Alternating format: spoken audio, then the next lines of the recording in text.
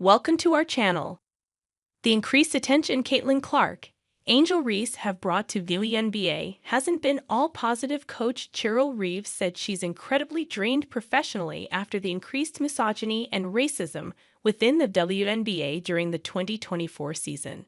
During an appearance on the Good Game with Sarah Spain podcast Monday, Reeve addressed the recent uptick in vitriol and toxicity around the WNBA since the league saw a meteoric rise in viewership and attendance after the arrival of 2024 rookie class, highlighted by Indiana Fever guard Clark and Chicago Sky forward Angel Reese. "It's unacceptable and our players deserve better," Reeve said. "I'm so proud of the players in the WNBA, the strength of their collective voices, they understand it. And I hope this is all going to calm down. I'm not sure. Because while diversifying your fan base is a great thing, I think that the fan base has been diversified in a way that is going to challenge us. And I think that, what lies ahead, who speaks out and who utilizes their voices in this time, is going to be really, really impactful in how this whole entire league moves forward." Reeve explained that it's disheartening to see that negativity around the WNBA. The WNBA, I don't want to say a safe space, but the WNBA was a space that we all felt like we could be ourselves. We were making great progress towards creating change for society larger as a whole, right? And so we have this vitriol, this toxicity. It's a reminder.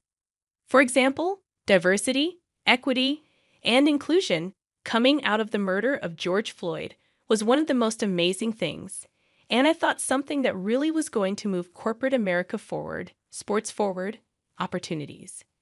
And look how fast all of that has been undone, and people standing proudly doing so. It's disheartening, and what I have tried to do, it's been an incredible summer. It's been incredibly difficult, incredibly draining professionally. And then now to add that personally, I think finding the energy, and I will find it, to make sure that we cannot let this in the WNBA space. Reeve's comments came after WNBA Commissioner Kathy Engelbert faced backlash from players when she sidestepped a question about how she handles the darker side of social media and its impact on the league's players, specifically when it comes to Clark and Reese's fan bases and conversations about racism and sexuality. After that, Reese accused Clark's fans of being racist during a recent episode of her Unapologetically Angel podcast. Former WNBA star Renee Montgomery supported the LSU alum. The new WNBA rookie class, highlighted by Clark, Reese, and Sparks forward Cameron Brink, helped boost viewership, revenue, and attendance after their collegiate stardom transferred to the league from Iowa and LSU, respectively. The rivalry between Clark and Reese played a pivotal role in growing the women's game at the college level after LSU beat Iowa to win the 2023 NCAA title. In 2024, the WNBA had its most-watched season in its history, and the league committed $50 million over the next 2 years to provide full-time charter flight service for its teams. Reeve also opened up about the criticism she received as head coach of Team USA when Clark did not make the 12-player roster for the 2024 Summer Olympics in Paris. "I think what people don't get about it is the coach of the national team truly has no power in the selection of the team," Reeve said on Spain's podcast. USA Basketball faced backlash by leaving Clark off the Olympic roster, as some fans believed she would help increase viewership at the Summer Games.